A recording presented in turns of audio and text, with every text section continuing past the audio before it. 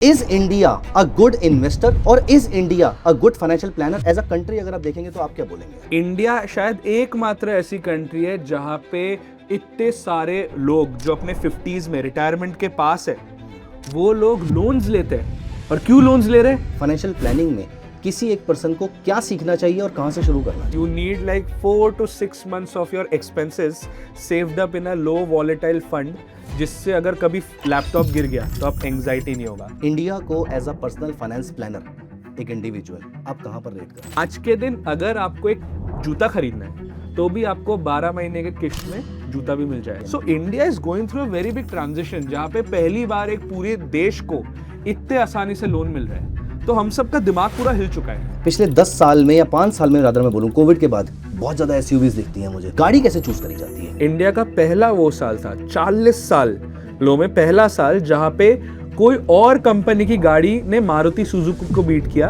As the highest selling car. Hi guys, welcome to Upsearch. दोस्तों, मुझे एक movie का डायलॉग याद आता है। वो डायलॉग था कि अगर गरीबी दरवाजे से अंदर आती है तो प्यार खिड़की से बाहर निकल जाता है। वहीं अगर हम बागबान की मूवी को देखें तो वो पूरी मूवी बनी ही ना होती अगर अमिताभ बच्चन ने अपनी पर्सनल फाइनेंशियल प्लानिंग अच्छे से करी होती। आप समझ रहे हैं फाइनेंशियल प्लानिंग कितना इंपॉर्टेंट सब्जेक्ट है? हम सबकी लाइफ इस पर डिपेंडेंट है, लेकिन हम इसको हवा में छोड़ देते हैं। हम इसकी कोई प्लानिंग करते ही नहीं है। लेकिन आज का जो हमारा डिस्कशन है वो बहुत इंपॉर्टेंट होने वाला है, क्योंकि हमने बहुत बार ट्रेडिंग की बात करी, शेयर्स में इन्वेस्टिंग की बात करी, लेकिन आपके फाइनेंशियल प्लान को प्रिपेयर करने में कितना थॉट जाना चाहिए इस बारे में हमने बात नहीं करी है। आज हमारे साथ एक ऐसे गेस्ट मौजूद हैं जो इंडिया के हजारों लाखों लोगों के फाइनेंसेस को फिक्स कर चुके हैं। He has his own channel Anshuman Sharma, जहां पर वो हमें सिखाते हैं कि किस तरीके से फाइनेंसेस को मैनेज किया जाता है। लेकिन आज हमारे अपसर्च के चैनल पे वो आए हैं हमारी प्रॉब्लम को सॉल्व करने के लिए। इस समय मैं आपको एक क्वेश्चन देता हूं, आप आंखें बंद कीजिए और सोचिए ऐसी कोई भी फाइनेंशियल प्रॉब्लम जो आप फेस कर रहे हैं, जो मनी से रिलेटेड है, ऐसी कोई चीज जो शायद आपके बच्चे से, उनके भविष्य को लेकर, आपके खुद के भविष्य को लेकर, आपके रिटायरमेंट को लेकर, और या फिर आज की फाइनेंशियल प्लानिंग को लेकर आपके मन में कोई भी क्वेश्चन है वो सोच लीजिए। आई एम वेरी वेरी श्योर कि आज के इस डिस्कशन के बाद आपको उन सारे क्वेश्चंस के आंसर मिल जाएंगे, क्योंकि आज हम यहां पर सिर्फ बातें नहीं करने वाले हैं, हम नंबर्स की बात करेंगे, हम पोर्टफोलियोज की बात करेंगे। Of course we are not sharing any recommendation to do something, लेकिन you have to make sure कि आप इस पूरे के पूरे पॉडकास्ट को, इस पूरे डिस्कशन को एंड तक जरूर देखिएगा, क्योंकि this can be a game changer for you. Forget about game changer, ये आपको जिंदगी में एक बार जरूर चाहिए होगा। जब आप अपनी जिंदगी को लेकर, अपने रिटायरमेंट को लेकर, सिक्योरिटी के बारे में सोचेंगे, पेपर पेन उठाकर किस दिन बैठेंगे, उस दिन आपको यह पॉडकास्ट याद आएगा। तो प्लीज मेक श्योर कि आज इस पॉडकास्ट को ध्यान से देखिएगा। आज मेरे साथ है अंशुमन शर्मा। अंशुमन शर्मा कई सालों से लोगों की फाइनेंशियल प्लानिंग कर रहे हैं। आज हमारे साथ क्या डिस्कस करने वाले हैं, आइए उनसे जानते हैं। Thank you so much Anshuman for joining us today. Himanshu, thank you so much for the kind introduction. And आपने पहली बार, आई थिंक क्या आप पेरेंट हो? एक मैं पेरेंट हूं। पहली बार किसी पेरेंट ने ये बोला कि बागबान में अमिताभ बच्चन की भी गलती थी। वो मूवी में बच्चों को ही विलेन, बच्चे बड़े बेकार थे मैं मानता हूँ, बट असली गलती माता पिता की ही थी। पिता की ज्यादा थी वहां पर। पिता की ज्यादा, हाँ, मम्मी की तो वो बात सुनते ही नहीं थे। पिताजी ने अपनी हर एक रुपए को अपने बच्चों पे लगा दिया। अपनी आखिरी प्रोविडेंट फंड के अमाउंट के अगेंस्ट भी उन्होंने लोन लिया था और बोला कि बच्चे की गाड़ी के डाउन पेमेंट पे वो। ट्रस्ट में इस बात के लिए मैं क्रिटिसिज्म मिल सकता है, क्योंकि पहला हम अमिताभ बच्चन के रूल को क्रिटिसाइज कर रहे हैं, लेकिन मैं यहाँ पर पहले क्लियर कर दूं, हम यहाँ पर एक करेक्टर की बात कर रहे हैं। वो गलती हमने नहीं करनी है। हम आप क्रिटिसाइज करना चाहे तो कर सकते हैं, लेकिन जो गलती जिसकी है हमें माननी पड़ेगी। हिमांशु जी, पहली एक चीज, अगले 30-40 मिनट, ठीक है, मैं एक जेनजी हूँ, okay, you can not be diplomatic. आप बोलिए अमिताभ बच्चन की जो अमिताभ था, आप ये बोलिए अमिताभ बच्चन जी का जो कैरेक्टर था वो बहुत ही गलत काम कर रहे थे, ठीक है। एंड मैं एक और चीज बोलना चाहूंगा, हम जेनजीज को किसी ने कन्विंस किया है कि घर नहीं लेना चाहिए, घर नहीं लेना चाहिए, आप रेंट पे ही रहो। रहे ना अमिताभ बच्चन जी रेंट पे। लास्ट में जिस दिन रिटायर हुए उन्हें अपना घर छोड़ना पड़ा, and then he was forced to go and stay with his parents, kids, sorry. मैं कभी एंड तक देख नहीं पाया क्योंकि पापा घर से बाहर निकाल दिया करते। हाँ जी, जस्ट किडिंग। तो यस, गलती थी, there is no doubt about this. मेरा पहला क्वेश्चन आपसे अंशुमन ये है कि आज की डेट में आप इंडिया के बहुत सारे अकाउंट्स को, इंडिया में इंडियंस के बहुत सारे अकाउंट्स को आप मैनेज करते हैं। I am not sure about outside India, but India के बहुत सारे अकाउंट्स को आप मैनेज करते हैं। इंडियंस थोड़े एनआरआईज है, बट ज्यादातर इंडियंस ही है। ओके, एक ऐसी कॉमन मिस्टेक जो आपको सब में देखने को मिलती हो, या फिर रादर उससे भी पहले, is India a good investor और is India a good financial planner as a country? अगर आप देखेंगे तो आप क्या बोलेंगे यहाँ पर? बहुत बड़ा part of the country is doing the same mistake as Amitabh Bachchan character, emotionally अपने सारे फाइनेंशियल डिसीजंस ले रहे। इंडिया शायद एकमात्र ऐसी कंट्री है जहां पे इतने सारे लोग जो अपने 50s में रिटायरमेंट के पास है, वो लोग लोन्स लेते हैं। और क्यों लोन्स ले रहे हैं? बच्चे की शादी कराने के लिए, बच्चों को कॉलेज भेजने के लिए, राइट? इसके केस में अमिताभ बच्चन जी ने गाड़ी के लिए लोन लिया। ये सारी चीजें इसीलिए हो रही है क्योंकि जब भी फाइनेंशियल प्लानिंग की बात आती है, हमारा फर्स्ट फोरसाइट इज, यार पहले हम ये करके देख लेते, इनको खुश करते, बाद में हम आराम से किस्त भर लेंगे। So this is a very big problem, very common in India. All Indians are extremely emotional, we love our family, but उसके चक्कर में फाइनेंसेस काफी हिल जाते हैं, सफ़र करते हैं। मतलब मुझे नहीं पता कि, क्योंकि मेरे को जितने लोग ज़्यादातर मिलते हैं, I am more incline towards financial markets, तो जितने लोग मुझे ज़्यादा मिलते हैं वो स्टॉक मार्केट, ट्रेडिंग और इन्वेस्टिंग वाले होते हैं। और जो इन्वेस्टमेंट करना चाहता है या जो ट्रेडिंग करना चाहता है उसके पास पैसे ऑलरेडी बहुत सारे हैं, तो मुझे लगता है कि उनके फाइनेंसेस प्राइमरीली फिक्स हैं। तो मैं कभी इस डिस्कशन तक पहुंच नहीं पाता उनके पास कि आपने बच्चों के लिए कितना पैसा जोड़ा है। वो सारी चीज़ें आपका काम है, आप करते होंगे, मैं नहीं पहुंच पाता। क्या जेन्युइनली जो अमिताभ बच्चन का रोल बागबान में दिखाया गया, मतलब अब पता नहीं कि हमारा पूरा डिस्कशन उस डायरेक्शन में चला जाए, I would not want to, but then ये गलती जेन्युइनली बहुत ही कॉमन है कि इंडिया के अंदर कि मतलब लोग बच्चे की शादी करने के लिए लोन बहुत ज़्यादा ले लेते हैं। या तो आप आरबीआई का कोई भी हाउस होल्ड फाइनेंशियल रिपोर्ट निकालिए, हर साल शायद चार रिपोर्ट्स आते हैं, उसमें आपको दिखेगा कि लोग पर्सनल लोन्स ले रहे हैं बच्चों की शादी कराने के लिए। और ये 4 से 5 साल पहले एक बहुत ही बड़ा प्रपोर्शन था पर्सनल लोन्स का। अच्छा, लेकिन अब 6 महीने पहले ये बात बदल गई है, पूरी चीज बदल गई है। अब लोग ज्यादातर लोन्स शादियों के लिए नहीं ले रहे। अब बहुत सारा बड़ा proportion of all the non home retail loans is for consumption. You mean to say vacation, गाड़ी और वेकेशंस, गाड़ियाँ, मेडिकल इमरजेंसी आ गई, इंश्योरेंस नहीं, ये सारे चीज़ों की वजह से लोन्स का जो मात्रा है वो बहुत ज़्यादा तेज़ी से बढ़ रही है। आई बिलीव आपने बहुत सारी कंट्रीज़ को स्टडी किया होगा, आप कई सालों से फाइनेंस में हैं। On a scale of 1 to 10 और 0 to 10, 0 being very bad, 10 being best, India को as a personal finance planner, एक इंडिविजुअल, आप कहाँ पर रेट करेंगे? Are we good, are we bad, are we average, above average, below average, क्या बोले? यार अभी पता है क्या है, 15 साल पहले अगर मेरे डैड को एक स्कूटर खरीदना था, तो फिर बाद में उन्हें पहले एक हफ्ता बैंक के पास जाना पड़ता, पेपर वर्क करना पड़ता, और फिर जाके उनको शायद स्कूटर जैसे एसेट के लिए लोन मिलता। आज के दिन अगर आपको एक जूता खरीदना है तो भी आपको 12 महीने के किश्त में जूता भी मिल जाएगा। So India is going through a very big transition, जहां पे पहली बार एक पूरे देश को इतने आसानी से लोन मिल रहा है, तो हम सबका दिमाग पूरा हिल चुका है। तो currently India is going through a situation जहां पे यूएस 40 साल पहले था। एन एवरेज अमेरिकन, ये 10 साल पहले का डेटा है, an average American had $6,000 in credit card debt. India अभी तक वहां पहुंचा नहीं है, बट 5-6 साल में इंडिया वहां पहुंचेगा। Is it bad? It's quite bad. Credit card debt is the most expensive kind of debt in the world. 3 to 3.5% का इंटरेस्ट लगता है पर मंथ। अगर आप 1 साल तक नहीं भर रहे 1 लाख का क्रेडिट कार्ड डेट, आप 1 लाख पे 1,45,000 भरोगे, 45% इंटरेस्ट, उस इंटरेस्ट पे 18% जीएसटी भी लगता है। तो it's very bad. So India, I would say कि India is a very young nation right now. India is a 3, I think 3 out of 10। This bad? या दिस बैड। बट ये जो पूरा कांड होगा ना, ये एक्स्ट्रा बोरोइंग की वजह से, इसके वजह से एक जनरेशन 10-15 साल बाद बहुत ज्यादा मैच्योर होगा। As they say that people learn from their mistakes, so India will. आपने स्टार्टिंग में जेनजी की बात करी थी, तो ये सारा काम मिलेनियल ने तो नहीं किया था, ये जेनजी ही कर रहा है। यस। तो क्या मतलब उनको लर्निंग्स तो मिलेनियल से ही मिली है, उनको लर्निंग्स तो वही मिली है जो मिलेनियल को मिली थी। ये शिफ्ट कब हुआ, ये शिफ्ट क्यों हुआ? आप यार, मैं जैसे मेरे पेरेंट्स बहुत ज़्यादा फाइनेंशियली डिसिप्लिन्ड रहे हैं, ठीक है, बट उस टाइम पे उनके पास ऑप्शन ही नहीं था So not be Scarcity- financial disciplined. scarcity थी, Scarcity थी या loans के लिए कुछ माध्यम ही नहीं था. एक्सेस नहीं था, राइट. अगर मेरे मम्मी पापा भी आज के एनवायरनमेंट में अगर रहते शायद वो भी थोड़े इनडिसिप्लिन्ड हो जाते. So the environment has It is the environment has a very big impact, and that's why I tell everyone that I meet, today you do not have an option not to learn about finances. क्योंकि अगर आप नहीं सीखोगे, every single website on in the world is trying to convince you कि ये PlayStation 50,000 का है ही नहीं, ये 4,000 प्रति महीने का है, and you deserve it यार. तू दिन में 12 घंटे काम करता है, तू रात को आके PlayStation नहीं खेलेगा. So it is so bad right now that you have to learn about finances. So Gen Zs ने millennials से नहीं सीखा है, Gen Zs ने अपने पेरेंट्स से नहीं सीखा है, Gen Zs ने दो चीज़ों की वजह से सीखा है. सबसे पहले तो लोन मिलना इतना आसान हो गया. दूसरा, लोगों के अब नेबर्स बदल गए.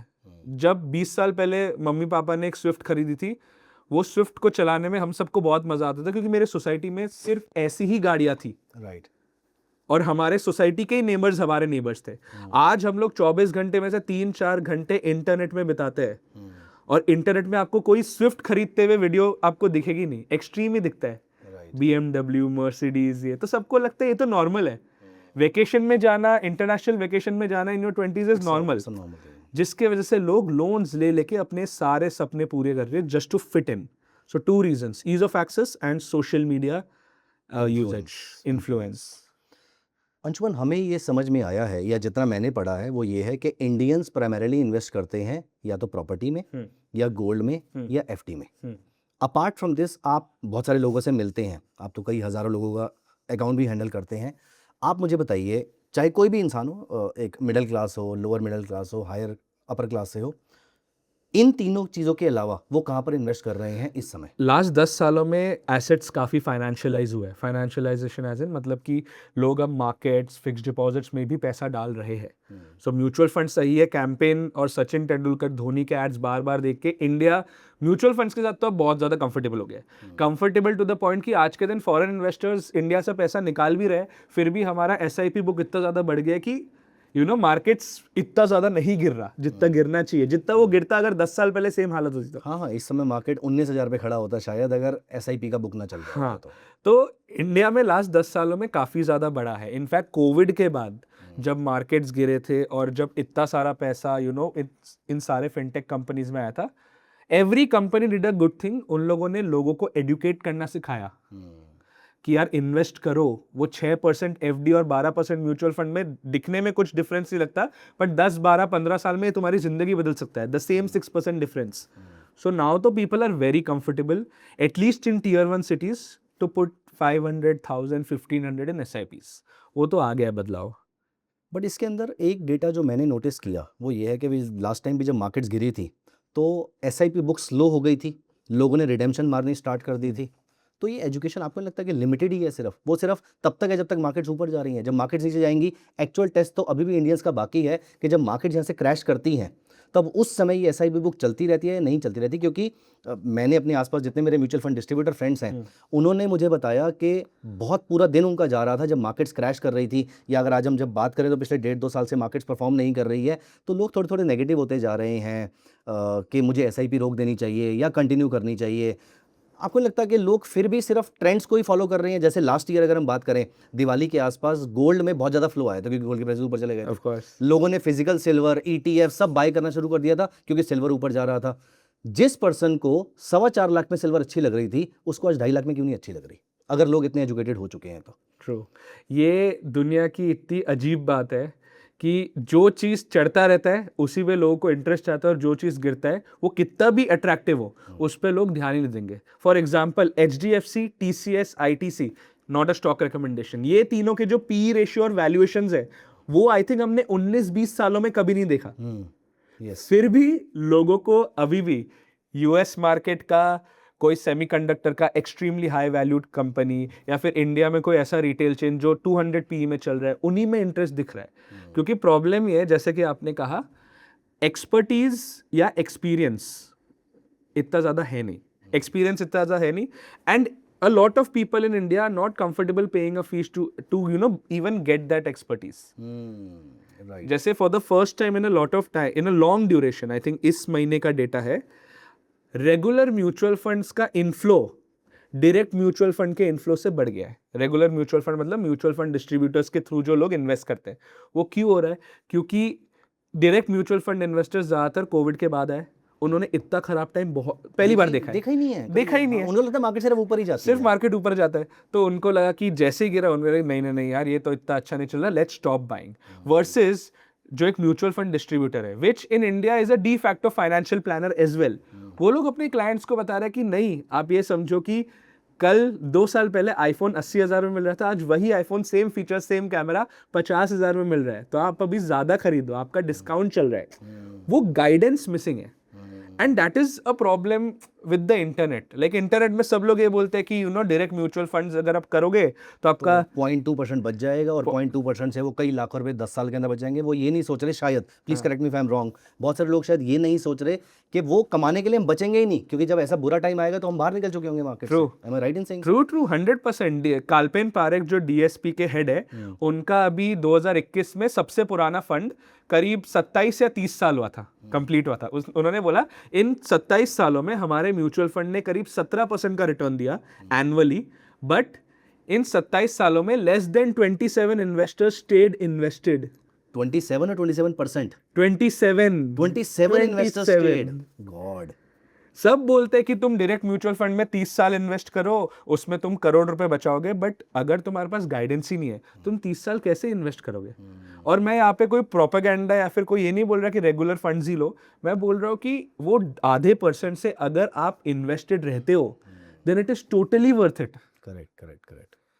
सर, आपने बीच में एक बात बोली थी कि हर किसी को फाइनेंस सीखना चाहिए, तो मैं रिटायरमेंट वाली प्लानिंग और इन सब चीज़ों पे भी आऊँगा, लेकिन पहला क्वेश्चन मेरा आपसे ये है, फाइनेंस सीखने की बातें सारे करते हैं, आपके अकॉर्डिंग फाइनेंशियल प्लानिंग में किसी एक पर्सन को क्या सीखना चाहिए और कहाँ से शुरू करना चाहिए? कहाँ से शुरू करना चाहिए? सबसे पहले everyone has to plan for the freedom to walk away when things go wrong. मान लीजिए आपके पेरेंट्स का रैंडमली रात को 2 बजे कॉल आता है और वो बोलते हैं कि मम्मी की तबीयत ख़राब है एंड मैं काफ़ी टाइम से उन्हें संभाल रहा हूँ, बट अभी ना मुझे थोड़ा सपोर्ट चाहिए, क्या तू थोड़े दिन के लिए घर आ सकता है?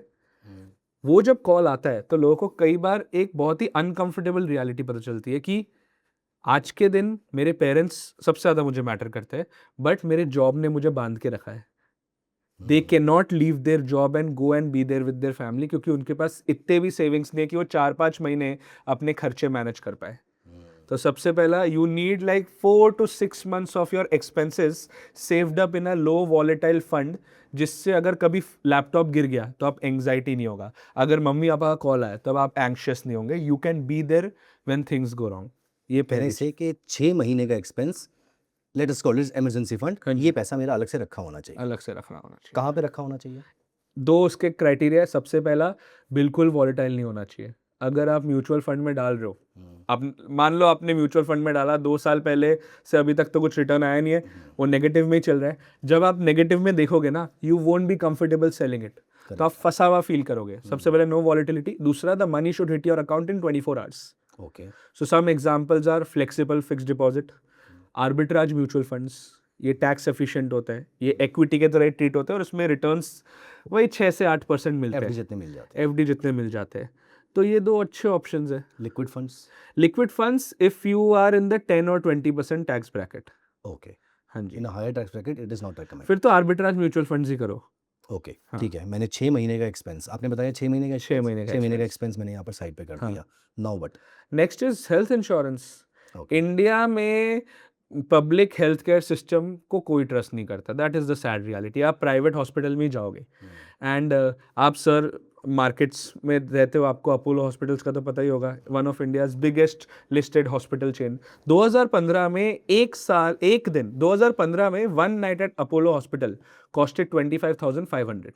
आराम से 2025 में इट इज 65,000। आज के रेट में 65,000। 65,000। थैंकफुली मुझे पता नहीं था, इंडिया का जरूरत नहीं पड़ी। That is a great blessing to have. India में मेडिकल इन्फ्लेशन इज 12 to 14%। या जो ट्रीटमेंट 10 साल पहले 5,000 कॉस्ट करती थी, आज वो 15,000 कॉस्ट करती है। That is the sad reality. So health insurance is a bare minimum. अपने पेरेंट्स के लिए 15 लाख का कवर, आप खुद के लिए 10 लाख का cover. Okay. This is extremely important. वरना आपका जो इमरजेंसी फंड है ना, वो 2 रात के हॉस्पिटलाइजेशन में खत्म हो जाएगा। यस, वो तो डेफिनेटली खत्म हो तो जाएगा। 10 से 30,000 रुपए का आपका खर्चा हो सकता है पर year, depending upon your age, depending upon the family size, but totally worth it, totally. आजकल एक क्रिटिकल इलनेस प्लान और सुपर टॉप अप प्लान्स ऐसे भी कुछ आते हैं, मतलब ऑल्दो आई अंडरस्टैंड के हेल्थ इंश्योरेंस ऐसा टॉपिक है जहाँ पे हम डिटेल डिस्कशन कर सकते हैं, but just to get an idea, क्या वो भी सबके लिए मैंडेटरी है या Yeah. किसको लेना चाहिए किसको नहीं? नहीं नहीं नहीं, मैंडेटरी है, क्योंकि these are extremely cheap options with high ROI. आपने मान लो 10 लाख का हेल्थ इंश्योरेंस लिया, ठीक है, एक 30 साल के इंसान के लिए वो कॉस्ट करेगा करीब 12 से 15,000। अब उसके ऊपर आप एक सुपर टॉप अप इंश्योरेंस ले लीजिए। Super top up health insurance ऐसे काम करता है कि उसमें डिडक्टेबल होता है कि मान लीजिए पहले 10 लाख रुपए हम कवर नहीं करेंगे हॉस्पिटल बिल का, उसके बाद का जो भी एक्स्ट्रा रहेगा वो हम हमारे पॉलिसी से देंगे। So it's like an if conditional policy है। 1 करोड़ का super top up policy will cost you less than 5,000 rupees a year. So suddenly your cover becomes 1 crore 10 lakh rupees with 5,000 rupees extra. ये तो करना ही चाहिए। Second, आपने चीज बहुत अच्छी बोली, क्रिटिकल इलनेस प्लान्स। ऐसा मैंने इसलिए बोला बिफोर यू से, क्योंकि मैं जब छोटा था तो मैंने शायद इतना रियलाइज़ नहीं किया था, मे बी नॉलेज भी कम थी, लेकिन मैंने रियलाइज़ किया पिछले 10-15 साल में कैंसर, ट्यूमर, इन सब के केसेस अनफॉर्चुनेटली बहुत ज़्यादा हो बहुत गए हैं। ज़्यादा। आई ओ इट टू द पॉल्यूशन और व्हाटएवर, मुझे नहीं पता है, लेकिन ये केसेस की वजह से डर लगना शुरू हो गया है थोड़ा सा। इज़ माई डर जायज़? Of course. Look at the kind of food we eat, the air we breathe, the sedentary life we live. मतलब of course यार, quality of life तो गिर ही गई है हर सिटी में। राइट, So- तो ठीक है, इंश्योरेंस हो, सॉरी इमरजेंसी फंड हो गया, हेल्थ इंश्योरेंस हो गया। अब इसके बाद जो मेरा सबसे बड़ा फियर आता है वो आता है रिटायरमेंट को लेकर। उसके पहले ना हमें क्रिटिकल इलनेस को समझा देना चाहिए लोगों को, प्लीज सर। है ना। Health insurance will pay you money when you get hospitalised. Okay, term insurance will pay you money when you unfortunately pass away. Right, but आपको अगर 2 साल तक आपका कैंसर ट्रीटमेंट चला, तब आप पैसे नहीं कमा पाओगे। Correct. How will you take care of your expenses outside your medical costs? Critical illness आपका वो कवर है जो आपकी फैमिली को कांस्टेंट इनकम देते रहेगा, जिससे रेगुलर खर्चे भी मैनेज हो पाए। तो सबको लेना चाहिए। लेना ही चाहिए। Okay, great. ये 2 बड़े डर सॉल्व करने के बाद हाँ। एक जो मेरा पर्सनली डर है, because I am 40 plus right now and I M approaching my retirement. अब ऐसा जितना मैं काम करता हूँ मुझे लगता नहीं कि मैं जल्दी रिटायरमेंट लूंगा, लेकिन still who knows about the health. तो रिटायरमेंट को लेकर मुझे कैसे प्लानिंग करनी चाहिए? There is a number in the market, मैंने कभी डिटेल में स्टडी नहीं किया ऑनेस्टली स्पीकिंग।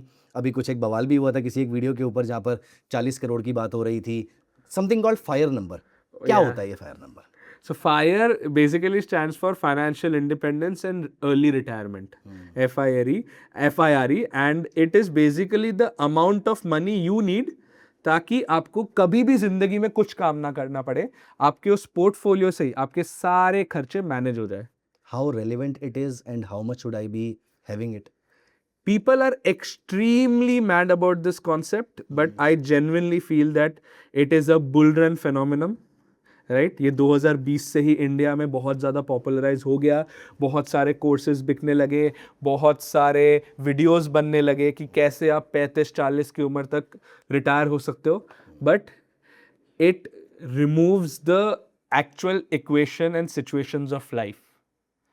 आपको अगर 35 की उम्र तक 5 करोड़ रुपए कमाने, है ना, रिटायरमेंट के लिए 5 करोड़ आपको चाहिए, 5 करोड़ कमाने, आपको अपनी करियर के पहले 15 साल जहाँ पे आप बहुत कम कमा रहे हो, उसमें आपको सेविंग ज़्यादा करनी पड़ेगी, विच इज़ प्रैक्टिकली इम्पॉसिबल। यार, आप 40,000 कमा रहे हो, आप कैसे 30-35,000 रुपये इन्वेस्ट करोगे?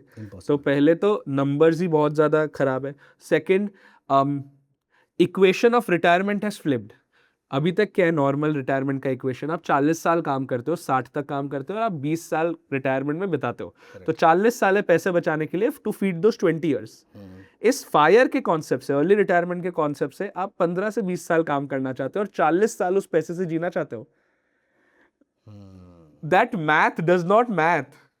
Okay, so it just is ये जो पूरा फायर का कॉन्सेप्ट है, this concept has come from extra optimization, जहाँ पे आप कुछ भी खर्चे नहीं करते हो, जहाँ पे आप एकदम ही फ्रूगली जीते हो, जहाँ पे आप शायद अपने बच्चे को भी होम स्कूलिंग कराओगे, घर भी एकदम ही छोटा सा खरीदोगे, अपने सारे ख्वाहिशों को कंट्रोल करोगे ताकि 40 के बाद आपको कभी जिंदगी में काम ना करना पड़े। मतलब उस पीरियड में जहाँ पर मुझे सबसे ज़्यादा एंजॉयमेंट की जरूरत थी, वहाँ पर मैं फ्रूगली जी रहा हूँ बहुत ज़्यादा। हाँ। उस एज को जीने के लिए जहाँ पर मुझे रेस्ट करना है सिर्फ। या तो जिंदगी नाम लेगी दोबारा में वो ऋतिक रोशन बोलता है ना, मुझे सिर्फ 40 तक काम करना है, 40 तक काम करना है। और फिर कटरीना कैफ उसे पूछती है बट क्या पता तुम 40 तक रहो या ना रहो।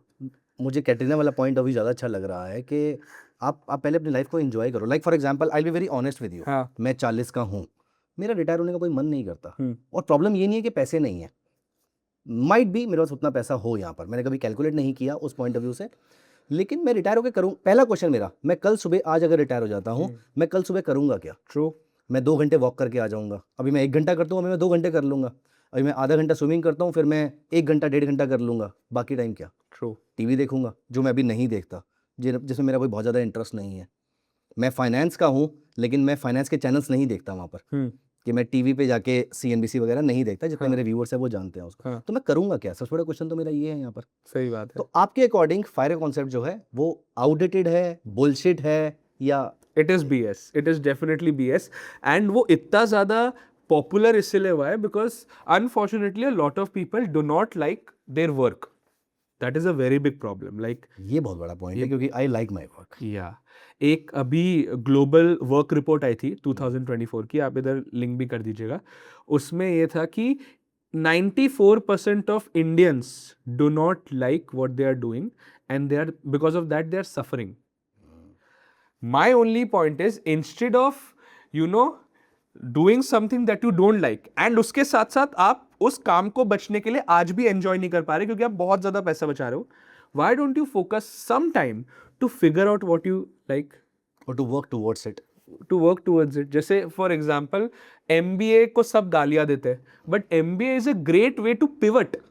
आप 28-29 तक कुछ काम कर रहे हो, आप लॉयर हो, आपको लॉयर नहीं बनना, you don't want to continue doing it, आप 20 लाख रुपए का एक MBA कीजिए, लोन लेके कीजिए, आपके पास पैसे तो पैसे लेके कीजिए, but then it gives you the option to do marketing, do finance, do sales, something.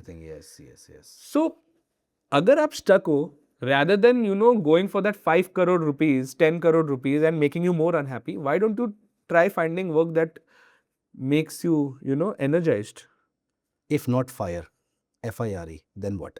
क्या कोई कैलकुलेशन है हमारे पास जहाँ पर हम अपना प्लानिंग कर सकें ऐसे? एक कॉन्सेप्ट है and it is called fuck you money. I am not sure अगर ये आप लोग बोलना अलाउड है कि नहीं। तो FU मनी ना एक ऐसा कॉन्सेप्ट है which gives you the freedom at different levels. Okay FIRE is the ultimate level of FU।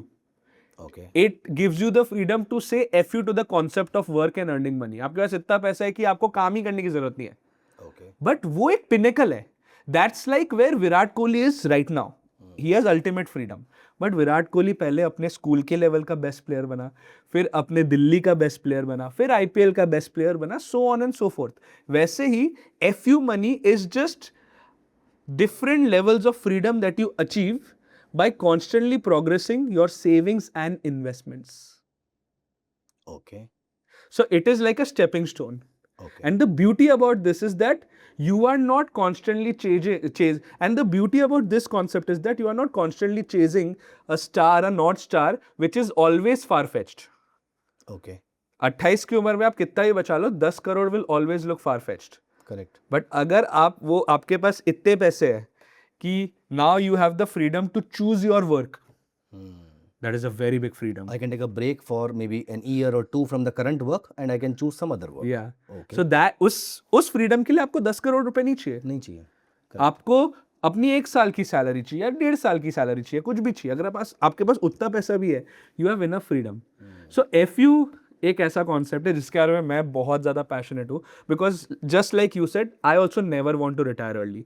I genuinely feel 24 घंटे बहुत है अपने पैशन और अपने काम को मैनेज करने के लिए। Correct, I too feel so. Right, so FIRE मुझे चेंज नहीं करना है, but I obviously like the concept of having more freedom. So that's what FU is. Can we talk more about this? As in I am sure आपकी कुछ ना कुछ thoughts होंगे या कैलकुलेशंस होंगी, या for example you can take me as an example. आपको मेरे से जो भी क्वेश्चन पूछना है, how can you come to this? Is there a number FU money जो है? There are different levels. The first level is the freedom to walk away. Like I said, कि कोई भी emergency हो जाए, you can get away from that place. मान लीजिए आपके जॉब में आपके बॉस बहुत ज़्यादा टॉक्सिक है, ठीक है, कॉन्स्टेंटली चिल्लाते, आपने 2-3 महीना सह लिया, बट अब आप बोल रहे हो कि नहीं यार अब मैं नहीं सह सकता, this is creating a lot of unrest, तो आप वो छोड़ सकते हो। या फिर अगर मम्मी पापा ने बुलाया कि तबीयत खराब है, you can go, That is the first level, the freedom to walk away when things go wrong. इसके लिए कितना पैसा चाहिए? ज़्यादा नहीं, 6 से 8 महीने आपके खर्चे के. Okay Think of it like a basic emergency fund.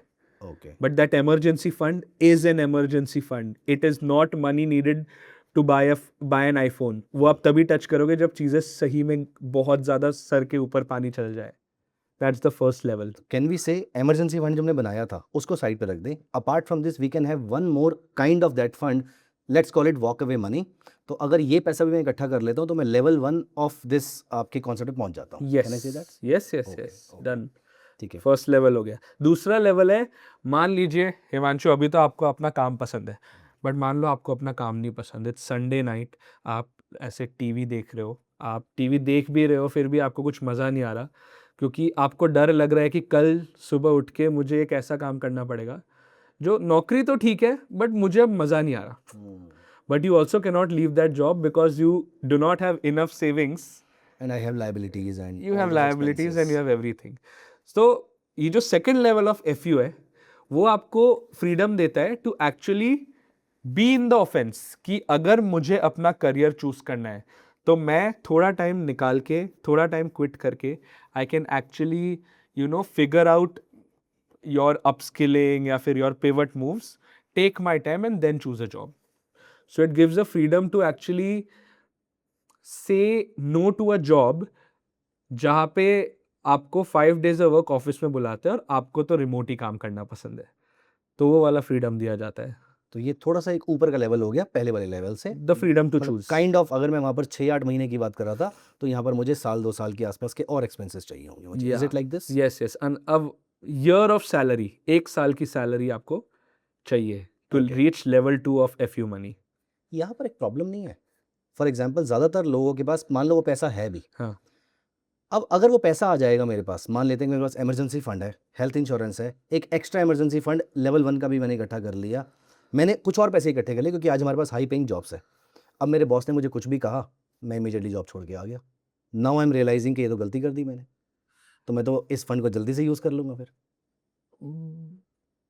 Very interesting, very interesting. Like ये तो मैं क्लीन बोल्ड हो चुका हूँ, है ना, एकदम ही क्लीन बोल्ड हो चुका हूँ मैं. इंटेंशन. नहीं, बट बात आपकी सही है कि क्या फ्रीडम आपको कॉकी बनाता है, क्या फ्रीडम आपको इम्पल्सिव बनाता है. आपने जो बात कही वो एक्चुअल में काफ़ी सेंसिबल है कि ऐसा भी हो सकता है, but it is still a good problem to have. ठीक है, it's a constructive problem I would say. या इट्स अ गुड कि मेरे पास अब इतने पैसे कि मैं अब बदतमीज हो सकता हूँ. आई होप कोई ऐसा मत करना please. Don't take hasty decisions while thinking about your career. But yeah this is still a good problem to have rather than इसके बॉस इसको कॉन्स्टेंटली गाली दे रहा है, इसको काम नहीं पसंद, फिर भी इसे करना ही पड़ेगा बिकॉज दो किस्तें चल That's रही. worse compared to this problem. Yes. This is a better problem. I mean, you rightly mentioned कि ये एक अच्छी problem to have it compared to कि मैं सेल्फ रिस्पेक्ट की कॉस्ट पे वो काम करता जा रहा हूँ. True. ठीक है. सो आई हैव नाउ यहाँ पर आई होप मेरे व्यूअर्स इसको देख पाएंगे. ये मेरा एक छोटा सा इमरजेंसी फंड पड़ा हुआ है 6 महीने वाला. ये मेरे पास हेल्थ इंश्योरेंस है. हेल्थ इंश्योरेंस के साथ मेरे पास क्रिटिकल इलनेस प्लान भी है और एक टॉपअप भी जरूरी है. सर दोनों चीज़ें चाहिए या एक ही सुपर चीज़? टॉपअप बहुत डिफरेंट चीज है. यस, ठीक है, दोनों चीज़ें चाहिए मुझे. फिर मेरे पास एक 6 महीने का और इमरजेंसी फंड है. उसको इमरजेंसी फंड नहीं बोलेंगे, उसको लेवल 1 मनी बोल देंगे. और फिर 1 साल के आसपास लेवल 2 मनी मेरे पास हो गया. आप FU बोल दीजिए एक बार, आप शर्माइए मत. इसका मतलब ये है कि वो मैं एंड में बोलूँगा. सो अच्छा, इस वाले जो पैसा है मेरे पास, ये वाला पैसा, इसको कहाँ पे रखा है? ये प्रोग्रेसिव है बाय द वे कि लेवल 1 में जितना आपके पास पैसा है वो अमाउंट भी लेवल 2 के कैलकुलेशन में आप ऐड कर सकते हो. ओ अमेजिंग, फिर तो काम आसान हो गया मेरे लिए. हाँ. वरना तो आप ऐसे अलग अलग बकेट्स में बहुत पैसा आपको सेव करना पड़ेगा. Yes, yes, ये पैसा क्योंकि ये इतना बड़ा अमाउंट है, 1 साल की salary is a very big amount, you can take some risk because you know कि कल के कल मुझे पैसों की जरूरत नहीं पड़ेगी. Correct. So 2 buckets, 50% in equity, 50% in debt and commodity. Equity में भी we'll stick to large caps, we'll stick to blue chips ताकि उसमें भी थोड़ा कम standard deviation या volatility आपको मिले. And हाँ, हम उसकी SIP कर सकते हैं. हमारे पास बहुत सारे calculators है, बहुत सारे tools है जिससे हम exactly calculate कर सकते हैं कि आपके बाकी जितने भी goals हैं जैसे ऑफ कोर्स आपको लेवल 2 पहुंचना है, the freedom to choose, but उसके साथ साथ आपकी शादी का भी गोल होगा, आपकी गाड़ी खरीदने का शौक होगा, जो भी आपके गोल्स है, वो गोल्स के बाद आपके पास कितने पैसे बचते हैं, और उस पैसे को अपने रेज, इनकम स्विच, ये सब के साथ आप नेविगेट करके कैसे आप जल्द से जल्द लेवल 2 तक पहुंच सकते हो, वो आप हमारा टूल यूज कर सकते हो इसके लिए। सर मैं लेवल 3 पे भी आऊँगा। हाँ जी। मेरा एक बीच में क्वेश्चन एक माइंड में आया है, आपने गाड़ी की बात करी, मुझे पर्सनली ऐसा लगता है, और कंसिडरिंग आपकी जो स्टेटमेंट थी कि India you are rating at 3 in terms of financial planning की जो एजुकेशन है उनके पास या सेंस है, लोग गाड़ियाँ, मतलब मैंने नोटिस किया है कि पिछले 10 साल में या 5 साल में रादर मैं बोलूँ, कोविड के बाद बहुत ज़्यादा एसयूवीज दिखती हैं मुझे, और ज़्यादातर जिसमें से कुछ मेरे रिलेटिव्स भी हैं जिनको मैं जानता हूं कि शायद उन्होंने या तो प्रेशर में ली होगी या लोन बहुत ज़्यादा लिया होगा। सो गाड़ी कैसे चूज़ करी जाती है, क्या आपका कोई रूल है इसको लेकर? रूल तो है, उसके पहले मैं आपको एक फैक्ट बताऊंगा एसयूवीज का। 2024 हिमांशु इंडिया का पहला वो साल था, 40 साल लो में पहला साल जहां पे कोई और कंपनी की गाड़ी ने मारुति सुजुकी को बीट किया as the highest selling car. Mahindra Tata की क्या? पंच। टाटा पंच, अच्छा। टाटा पंच जो कि एक कॉम्पैक्ट एसयूवी है, हैचबैक ही है, बट वो 7 से 8 लाख रुपए की आती है। तो आप सोचो इंडिया में भी 7-8 लाख की गाड़ी was the highest selling car. उसके पहले हमेशा ऑल्टो 800 या वैगनआर या फिर स्विफ्ट ही रही चली है, थी, यस। ये 4 ही रही है। ये इसीलिए ये पता है, मैं कस्टमर्स की भी बातें समझता हूँ। आप ये समझिए ना कि आज आपको अगर दिल्ली में आप टॉप एंड वैगनआर खरीदने जाओगे ना, आपको 7.5 लाख रुपए लगेंगे। 7.5 लाख रुपए, वैगनआर, यस। अब ओके। आप अगर 7.5-8 लाख रुपए में आपको अगर एकदम बेसिक हैचबैक मिल रही है, आप सोचोगे यार क्यों ना मैं अपना बजट थोड़ा स्ट्रेच करके 10-11 लाख में एक कॉम्पैक्ट एसयूवी ले लूं, क्योंकि अब हैचबैक नहीं रहा ना। यार यहाँ पे ना एक प्रॉब्लम है जो मेरे को बहुत बड़ी लगती है सोसाइटी के अंदर, इंक्लूडिंग माई सेल्फ। हम सोच के जाते हैं कि 7.5 लाख की गाड़ी लेकर आएंगे, ये थोड़ा सा और स्ट्रेच कर लेते हैं, 9 लाख की ले लेते हैं, फिर थोड़ा सा और स्ट्रेच करके 12 की ले लेते हैं। हम ऐसे ही तो अपने बजट को क्रॉस कर जाते हैं। अंत ही नहीं है ना उसका। बट आप ये सोचो ना कि इंडिया में गाड़ी एक बहुत बड़ा रिफ्लेक्शन है आपकी एक्चुअल नेटवर्थ का, इधर कोई पैसों की बात नहीं करता। और इसीलिए टाटा नैनो इंडिया में नहीं चली। उनको लगा 1 लाख की गाड़ी is a great advertisement, it just backfired. Gaadi is a status symbol in India. Gaadi is a status symbol. तो वैगनआर का मुझे पता है 7.5 लाख की वैल्यू है, but just because it's for 7-8 lakhs, ऐसा नहीं है कि लोग वैगनआर को एक महंगी गाड़ी की तरह देखेंगे। वो नजर नहीं आएगी वो वाली, क्योंकि सबके रादर आपने मुझे अभी बताया है, मेरी आंखें आपने अभी खोली हैं, मुझे तो लग रहा था वैगनआर अभी भी वो 2.5-3-4 लाख में आती होगी अरे शायद। 2.5-3-4 लाख में आपको कोई गाड़ी नहीं मिल रही। अच्छा, बहुत कोई नहीं मुश्किल है। मिली, 2.5-3 लाख में आपको अभी गाड़ी आई कोई एम नहीं सॉरी मिली। For my bad knowledge about this. चलिए, तो मेरा क्वेश्चन में वापस आता हूँ, गाड़ी कैसे चूज करें, मतलब मैं क्या रूल है कोई गाड़ी खरीदने का? जनरली लोगों का ये रूल है कि हम गाड़ी खरीदते वक्त सिर्फ और सिर्फ ईएमआई को देखेंगे। लाख रुपए कमाते हैं, 20,000 की ईएमआई है, we are good to go. But गाड़ी में EMI makes up for 50 to 60% of the monthly cost. उसके ऊपर आपके ऑपरेटिंग कॉस्ट्स है, जितनी महंगी गाड़ी उतना सर्विस एक्सपेंस भी ज़्यादा होगा। सर्विस एक्सपेंस ज़्यादा है, इंश्योरेंस है, मेंटेनेंस है, क्लीनिंग है, फ्यूल कॉस्ट्स है। फ्यूल तो आपको पता ही है कहाँ पे आज है ना, ऊपर ही एकदम टू द मून ही है। तो ये सारे खर्चों की वजह से 20,000 की ईएमआई वाली गाड़ी को चलाने के लिए आपके लग जाते हैं 28 से 30,000। So the rule that we recommend is 25-20। गाड़ी अगर 10 लाख की है, 20% सेविंग से निकालो, 2 लाख रुपए। 5 साल से ज्यादा का लोन नहीं होना चाहिए। बैंक आपको बोलेगा 7 साल का लो सर, ईएमआई कम हो जाएगा, नहीं, इंटरेस्ट आपका बढ़ जाएगा। और लास्ट चीज है, your total car ownership cost should not exceed 20%। This includes fuel, maintenance, cleaning, everything plus the EMI, सब 20% में आ जाना चाहिए। इंडिया में सबसे बड़ी गलती है, हम सिर्फ और सिर्फ ईएमआई पे फोकस करते हैं। और अगर कोई पर्सन 1 लाख रुपए कमा रहा है, तो आपकी डेफिनेशन के अकॉर्डिंग कौन सी रेंज की गाड़ी उसके लिए सूट करेगी? 1 लाख रुपए में एकदम ही एंट्री लेवल की गाड़ी आएगी। क्योंकि आप ये सोचिए कि एकदम स्टार्टिंग ईएमआई भी आज के दिन अगर आप 5 लाख की गाड़ी लेने जाओ, शायद 15 से 17,000 होगी, तो शायद मैनेज नहीं हो पाएगा। I tell most of my viewers कि 1.5 लाख रुपए के पहले गाड़ी इंडिया में आज के दिन अनइमेजिनेबल है।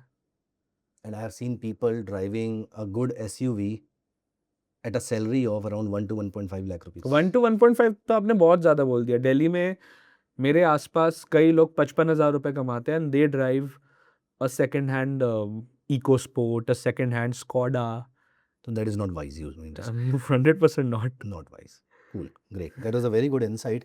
वापस आते हैं अपने लेवल 3 पे। लेवल 3 थोड़ा मुश्किल है, ओके, थोड़ा मुश्किल है, बट लेवल 3 ना आपको लेवल 4 या फिर फायर तक पहुंचा सकता है। Okay, that's the main booster. That is the main booster. Okay, It is when 50% of your expenses are covered by a second source of income. और मैं बताता हूँ क्यों, यहाँ पर क्लीन बोल्ड हो जाएंगे जवाबदार लोग। है ना? Yes, Second source of income. I'll tell you why it is so difficult, but it will literally take you to level 4. Because अगर आपको महीने के, मान लीजिए आपके खर्चे 1.5 लाख है, अगर आपको 75,000 रुपए ही चाहिए अपने खर्चों के लिए मेन सैलरी से, आप कितना ज़्यादा रिस्क ले सकते हो? आप एक ऐसा स्टार्टअप ज्वाइन कर सकते हो जो आपको कॉम्पनसेशन कम देगी बट आपको इक्विटी ज़्यादा देगी। आप एक ऐसा बिजनेस शुरू कर सकते हो जिसमें आप आज तो शायद 50-60 हज़ार ही कमाओगे, बट अगर आप मेहनत करते गए तो 4-5 साल बाद आप बहुत ज़्यादा पैसा उसमें देख सकते हो। So suddenly you can take those bets which have asymmetric returns, क्योंकि आपका 50% खर्चा तो एक सेकेंड सोर्स ऑफ इनकम से है ही। और सेकंड सोर्स ऑफ इनकम क्या हो सकती है? तो अब एक और चीज, internet passive income passive income passive income बोलते हैं। It's not passive income. Passive income के लिए पहले आपको 2-3 करोड़ का कॉर्पस बनाना पड़ेगा, फिर आप उससे इंटरेस्ट कमाओगे। This is something which will actually take away your weekends, this will take away a lot of your extra time. But anything like 3 अलग अलग इंजिन्स होते हैं जिससे आप ये सेकेंड सोर्स ऑफ इनकम कमा सकते हो। एक तो आपका नेटवर्क इंजन हो गया, आप काफ़ी टाइम से फाइनेंस के इंडस्ट्री में हो, आप ट्रेडिंग भी कर रहे हो, बहुत सारे लोग आपको ट्रस्ट करते हैं। आप एक काम कीजिए, आप है ना, लोगों को, अच्छे ट्रेडर्स को अगर आप एक फाइनेंशियल प्लेटफॉर्म के साथ कनेक्ट करते हो तो कनेक्शन की आपको पैसे मिलेंगे। That is the network route. दूसरा एक प्रोडक्ट रूट हो गया। प्रोडक्ट रूट मतलब, मेरा एक दोस्त है, वो इन्फोसिस में काम करता था, 30,000 रुपये कमाता था, ही वॉज नॉट एन्जॉइंग।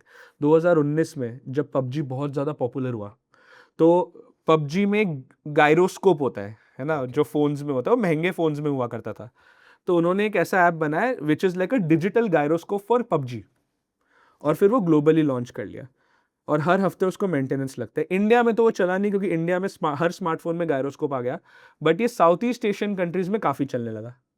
और अब वो साल के 50% नहीं, 75-80% खर्चे उसी पेड ऐप से बना रहे हैं। तो that is the product route, कि आप कोई टूल बनाओ। एआई के ज़माने में टूल बनाना बहुत आसान है ना। अगर आपको ऐसा प्रॉब्लम आइडेंटिफाई करो जिससे आप एक्स्ट्रा इनकम कमा सकते हो, जिसकी एक रिक्वायरमेंट है, आप वो बना दीजिए।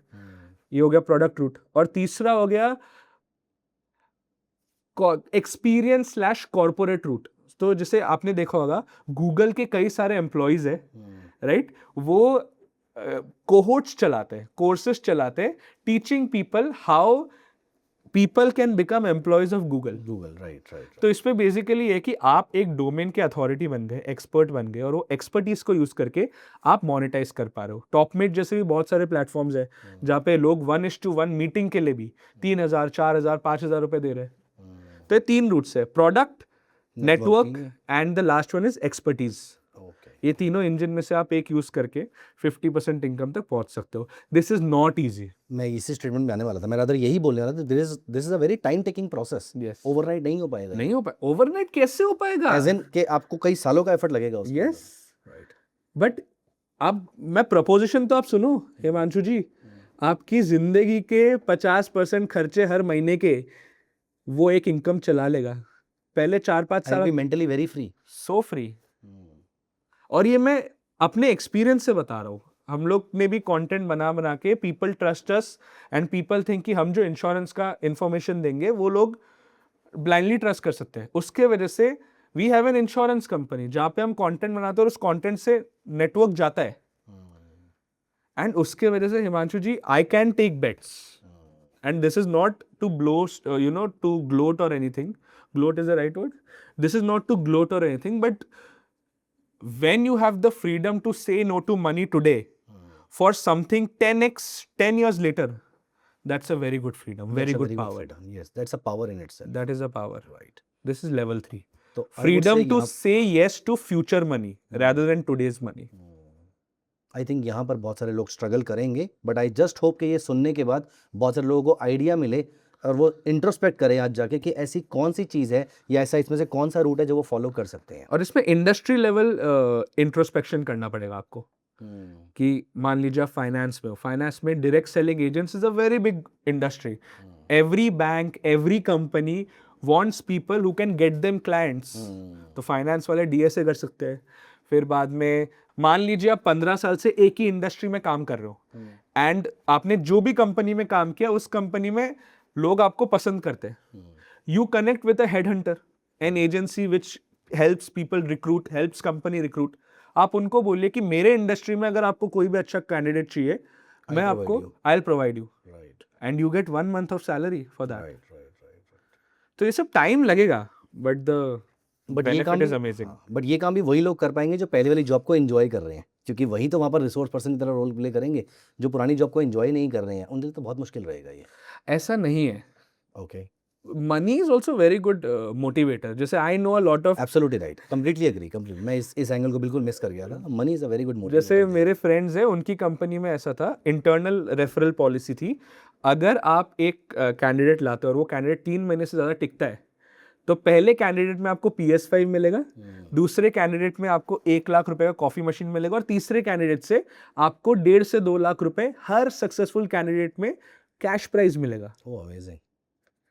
एंड तो whether I am liking my job और नॉट, लेकिन मैं लोगों को यहाँ पर लेकर आ सकता हूँ। ले आइए आप। आई एम वेरी श्योर लोगों को बहुत अच्छे आइडियाज मिलेंगे इस पूरे थॉट प्रोसेस से। Yeah. I would strongly recommend, I would strongly request everyone to please pause और सोचिए कि आपके पास ऐसी क्या, I would say super power बोलेंगे उसको, कोई ना कोई सुपर पावर सबके पास होगी। सर ये लेवल 3 हमारा हो जाता है, मान लेते हैं कि बहुत सारे लोग, एंड आई प्रे कि ज़्यादातर लोग इसको अचीव कर लें। Do we have any level 4 also? Level 4 is you know FU2 income all together. मतलब आपको अपने खर्चों के लिए कभी भी काम नहीं करना पड़ेगा। That is the total, that is you have to create a retirement corpus. ये बहुत फायर से सिमिलर है, बट इसमें मैं यही बोलूँगा कि इसमें कोई जल्दी मत करना। ये 40-35 ये सब का टाइम नहीं है, क्योंकि सर आप ये समझिए ना कि ज़्यादातर लीडरशिप रोल्स आपके 45 से 60 के बीच ही आते हैं। करेक्ट। सबसे पहला। दूसरा, 45 से 60 की एज में जब आपकी इनकम बहुत ज़्यादा बढ़ी है, उसी टाइम पे आपके होम लोन्स और बाकी बच्चों के कॉलेज वॉलेज भी खत्म होने लगते हैं। सो एक लाइफ साइकिल हाइपोथेसिस होता है जिसमें पहले 18 से 20 साल तुम नेगेटिव सेविंग्स हो बिकॉज तुम्हारी कोई इनकम नहीं है, पेरेंट्स देख रहे हैं। फिर 20 से 35-40 तुम्हारी इनकम और तुम्हारे खर्चे ऑलमोस्ट ऐसे ही रहते हैं, और फिर 40 से 60 में सबसे ज्यादा गैप आता है। तो अगर आप अर्ली रिटायर होने जाते हो तो आप ये जो मैक्सिमम सेविंग्स पोटेंशियल है उस वाले पूरे टाइम को गिव अप कर रहे हो। And it is so bizarre कि हमारा पूरा जनरेशन फायर कर रहा है, 40 में रिटायर होने का सोच रहा है, जबकि हमारे पेरेंट्स ने 40-45 में रिटायरमेंट की प्लानिंग शुरू की। राइट। सो इट इज, हाँ, तो ये एक हो गया। तीसरा कारण why FIRE is bad and why you should actually take your own time is compounding. आपको रूल ऑफ 72 का पता ही होगा, the number of years it takes for money to double. Correct. मान लीजिए 25 की उम्र में आपने 10 लाख रुपए अपने रिटायरमेंट फंड में डाला, इस FU लेवल 4 में डाला, ठीक है। हर 5 साल में पैसा डबल होता है, 14.5% का रिटर्न मिल रहा है। 30 की उम्र तक ये बन जाता है 20 लाख, 35 तक 40 की उम्र तक 80 लाख रुपए। अब आपने 40 में रिटायर हो गया तो आपके पास 80 लाख रुपए। आपने अगर 45 में रिटायर होने का सोचा, आपके पास है 1 करोड़ 60 लाख। ठीक है। I don't think 1 crore 60 lakh rupees is enough. आप सोचो नहीं यार, आई लव माई वर्क, मैं 45 तक रिटायर नहीं होऊंगा, I take my retirement at the sweet age of 60। 45 से 60 की एज तक आते आते वही 10 लाख, वही जो 1 करोड़ 60 लाख बना, वो 1 करोड़ 60 लाख बनेगा 12 करोड़ 80 लाख रुपए। गॉड। 12 करोड़ 80 लाख रुपए में से 12 करोड़ 80 लाख रुपए में से 11 करोड़ 20 लाख रुपए लास्ट के 15 साल में बना, और आप उसको मना कर रहे हो। So you are, by early retirement, you are saying no to compounding your career, compounding your portfolio, and also having fun in today's time because आपका savings rate बहुत ज़्यादा high होना पड़ेगा। So level 4 आप आराम से करो। ये 3 लेवल से आपको लाइफ में खुशियाँ मिलने लगेगी।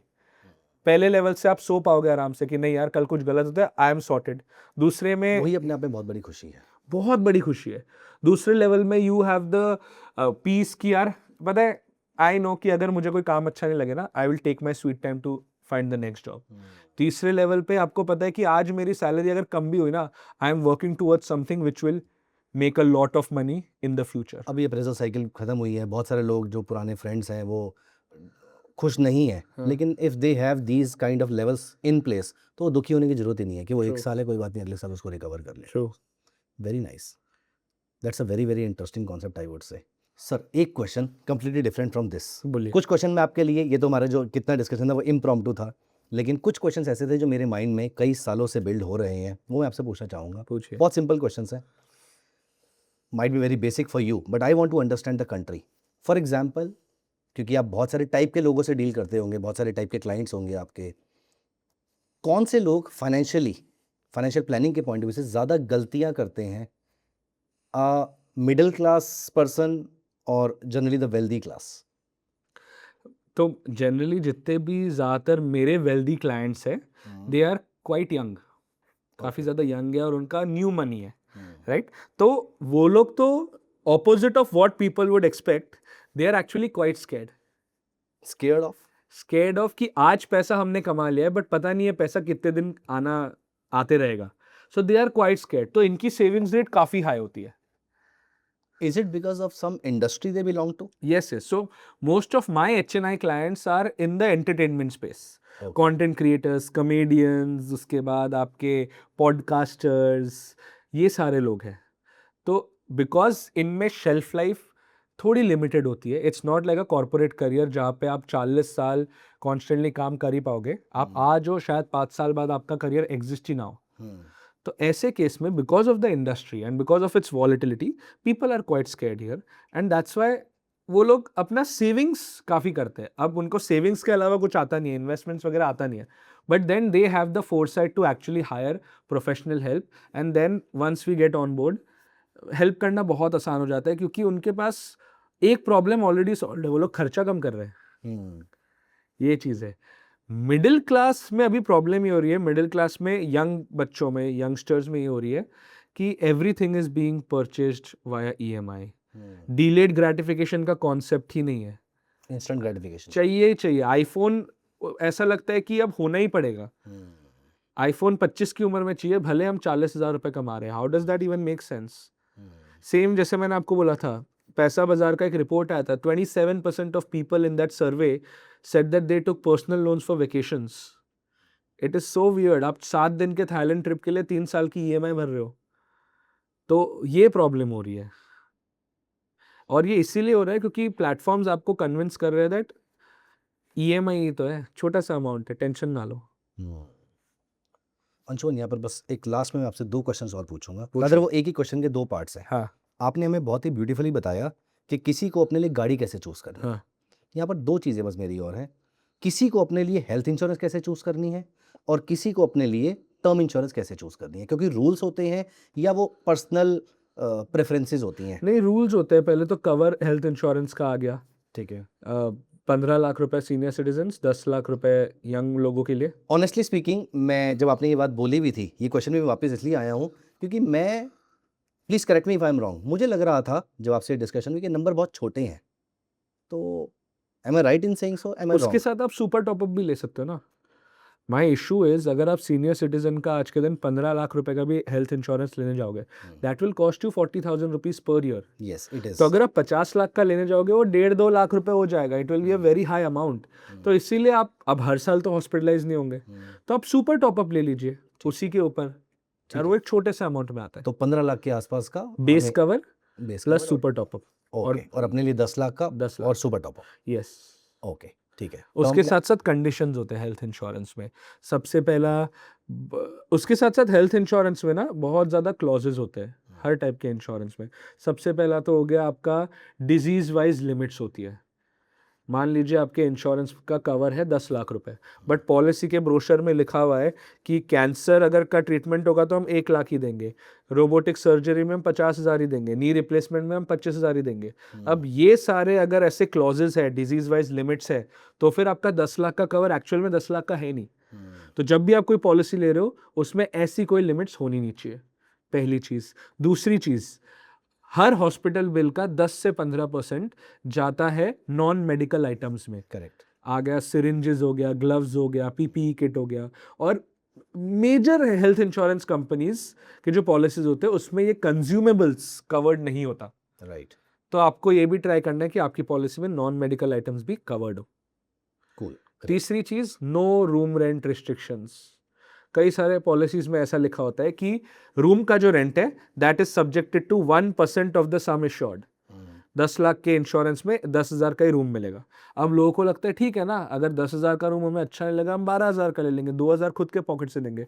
But that's not how it works. As soon as you upgrade to a bigger room, every expense increases Proportionately. Proportionately. अच्छा। और जो भी अमाउंट है वो एक्स्ट्रा अमाउंट है वो पूरा आपके पॉकेट से देना पड़ेगा। ओह, सो 6 लाख रुपए का बिल में से you will and up paying 1.2 lakhs 1.3 lakh rupees just because of this one room rent restriction. And last चीज ये है कि अगर आपके कोई भी प्री एग्जिस्टिंग डिजीजेज है, डायबिटीज, बीपी, हाइपरटेंशन, बहुत सारे हेल्थ इंश्योरेंस में अब उनका जो वेटिंग पीरियड है पहले 3 साल होता है, बट एक एड ऑन आप खरीद सकते हो छोटा सा अमाउंट देके, जिससे वो 3 साल का वेटिंग पीरियड 6 महीना या 30 दिन तक भी कम कर सकते हैं। Okay okay. तो ये सारी चीजें आप देख के हेल्थ इंश्योरेंस लेना, क्योंकि insurance companies are not your friend. It is in their profit margins will increase if they give less number of people their money back. The claim, yes, correct. और ऐसा कोई रूल टर्म प्लान के लिए? Term plan में बहुत simple है। India में एक अच्छा खासा रूल है, 3 ईयर का एक पॉलिसी है, 3 ईयर का रूल है कि अगर आपने कोई भी इंश्योरेंस लिया और 3 साल बाद उसका क्लेम आता है तो फिर कंपनी कोई भी रीजन से उस क्लेम को कभी भी रिजेक्ट कर ही नहीं सकती। So term plan is quite simple. आप इंडिया के जो 3 से 4 बड़ी रेप्यूटेड कंपनीज है जो बहुत सालों से चल रही है, उन सब में से एक का टर्म पॉलिसी ले लीजिए, उसमें ज्यादा आपको देखना नहीं है। कितने अमाउंट का लो? कितनी अमाउंट का लो, नाउ दैट उसका फॉर्मूला है डाइम। डाइम? उसका फॉर्मूला है डाई, डाई? DI। अच्छा, DI। DI, ठीक है। Okay. पहला तो हो गया डेट, आपका जितना भी एग्जिस्टिंग लोन्स वगैरह है वो अमाउंट आप ऐड कर दीजिए, 50 लाख, 1 करोड़, जो भी अमाउंट है वो। सेकंड हो गया आई, इनकम रिप्लेसमेंट, है ना। मान लीजिए आपके खर्चे हैं लाख रुपए पर ईयर, पर मंथ, मान लीजिए आपके खर्चे लाख रुपए पर मंथ, ठीक है। आप हमारे कैलकुलेटर में ये देख सकते हो कि अब इस अमाउंट को रिप्लेस करने के लिए कितने पैसे चाहिए, राइट, क्योंकि उस अमाउंट से ही आपकी फैमिली अपने रेगुलर खर्चे मैनेज करेगी। And E is education and marriage cost, आप अपने बच्चों के पढ़ाई और शादी के लिए कितना पैसा बचाना चाहते हो, मान लीजिए 50 लाख रुपए। सो डी का अमाउंट प्लस आई प्लस ई मिला के आपका टर्म इंश्योरेंस कवर बनता है। Okay okay. और इसको हमें 2-3 मेथड्स होते हैं कि आप इमीडिएटली अगले 3-4-5 साल में पे कर दो या जिंदगी में पे करो। जिंदगी भर पे करिए, जिंदगी भर पे करिए, ओके। कोई ज़रूरत नहीं है जल्द से 5 साल के अंदर अंदर पूरा पे करने का। उससे बदले आप पूरे टाइम अमाउंट को पे करती दीजिए, उससे बेटर है एक साथ मत पे, रुकिए, 60 की उम्र या 65 की उम्र तक आप उसे पे करते रहिए, क्योंकि आज प्रीमियम सेम रहता है टर्म इंश्योरेंस में। आज जो 1500 का है वो 60 की उम्र में भी 1500 का ही रहेगा, बट उस टाइम पे 1500 की क्या वैल्यू होगी। So just keep investing the amount, same amount, और जो बाकी का अमाउंट है वो आप बाकी इन्वेस्टमेंट्स में करिए, क्यों जल्दबाजी क्या करनी। ग्रेट। एक लास्ट क्वेश्चन सिर्फ, सॉरी मैंने बोला था लास्ट क्वेश्चन है, एक और क्वेश्चन सिर्फ। आप बहुत सारे क्लाइंट से मिलते हो, हाँ जी, विदाउट नेमिंग द क्लाइंट और विदाउट गिविंग एनी इंट्रोडक्शन, कोई ऐसी क्लाइंट से डिस्कशन जिसने आपके सोचने के तरीके को बदल दिया हो, या फिर आप सरप्राइज हो गए कोई ऐसा कैसे कर सकता है? इंडिया में लोग अपने दोस्तों को हेल्प करने के लिए पैसा लोन ले रहे हैं, और ये चीज 6 बार हुई है मेरे सामने, और ये कैमरा में है, अलग अलग वीडियोस में, आप यूट्यूब में जाके देख सकते हो। लोग अपने दोस्तों की मदद करने के लिए लोन्स ले रहे हैं, and that is just astonishing कि ये क्या चल रहा है। क्योंकि इससे 2 चीजें होती है, आपका दोस्त आपसे तभी पैसे मांग रहा है जब उनके पास कैपेबिलिटी नहीं है, तो शायद वो आगे जाके भी आपको पैसा ना दे पाए, तो आप पैसे तो गवाओगे ही, और उसकी वजह से रिलेशनशिप भी खराब हो जाएगा। So that is a very India thing, I feel, कि अगेन इमोशनल हम सोचते हैं। आई हैव अ रूल कि मैं सिर्फ उतने ही पैसे किसी को दूं जितने I can afford to lose. Beautiful, I also follow the same thing. So beautiful. दोस्ती में पैसा हमेशा लास्ट में रिश्ते को ही खराब करता है। मतलब दीजिए, किसी की हेल्प कीजिए, लेकिन then do not expect it back true कि आपने उसको दे दिया। True I would say one of the most memorable discussions I have ever had. Thank you Very so beautiful much. learnings, बहुत कुछ सीखने को मिला. There were many eye openers. So thank you so much Anshuman for being with us today and saying everything wholeheartedly. दिल से आपने सारी बातें डिस्कशन करी हैं. एक मेरा क्वेश्चन अभी अनआंसर्ड है जिसके लिए शायद मैं आपसे दोबारा रिक्वेस्ट करूंगा. एक चीज़ जो मुझे इस समय मेरे लिए स्ट्रगल है वो ये है कि मुझे अपनी रिटायरमेंट कैसे प्लान करनी है. शायद हम किसी दिन 10-15 मिनट के लिए, आधे घंटे के लिए दोबारा मिलें.